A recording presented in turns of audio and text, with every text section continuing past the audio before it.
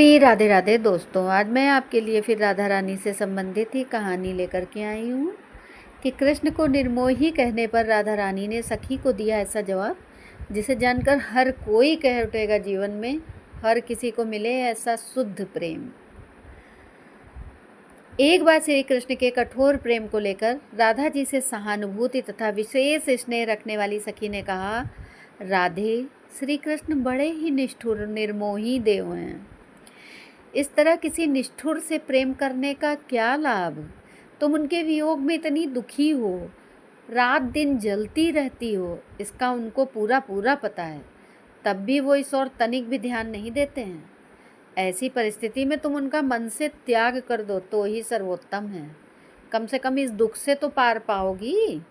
ये बात सुनकर श्री राधा जी को बड़ी मर्म पीड़ा हुई, लेकिन फिर भी मन में तिरस्कार का भाव न लाते हुए राधा ने उस सखी को जवाब दिया, सखी, तुम ऐसी मूर्खता भरी बातें मत करो। प्राणनाथ की निंदा करके मेरे हृदय पर चोट मत पहुंचाओ। वे जीवन के जीवन हमेशा पूरे जीवन भर सदा सुखी रहें। तुम मुझे उनके गुणों की और उनकी मीठी मीठी कुशल और अच्छी अच्छी बातें सुनाओ। वे दूर रहें या पास में रहें, वस्तुतः वे मुझसे पल भर भी पृथक नहीं रहते हैं। वो हमसे कभी भी अलग नहीं रहते हैं।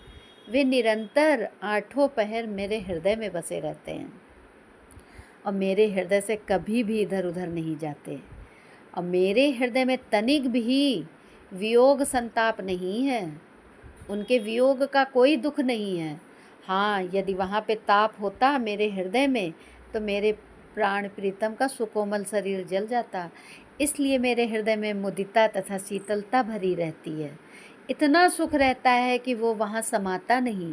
मुझको एक क्षण के लिए भी वे दुखी देख लेते हैं तो लगातार उदास रहने लगते हैं। सखी, उनके सुख से मेरे हृदय में नित्य सुख सागर की लहरें उछलती रहती हैं। प्रेम और वियोग संताप नहीं है, बल्कि एक ऐसी अग्नि है जिसमें तप कर प्रेम खरा सोने जैसा चमक उठता है। श्री राधा की इन बातों को सुनकर सखी चकित रह गई और श्रद्धापूर्ण उत्सुकता के साथ वो निर्निमेष बिना पलके झपकाए श्री राधा की ओर देखती रह गई। और दूसरी ओर राधा रानी अपने मन में बसे कृष्ण की छवि का ध्यान करके मुस्कुराती रहीं। तो राधे राधे दोस्तों, आपको ये कहानी कैसी लगी हमें कमेंट करके अवश्य बताइएगा और मेरे चैनल को सब्सक्राइब भी अवश्य करिएगा। धन्यवाद दोस्तों।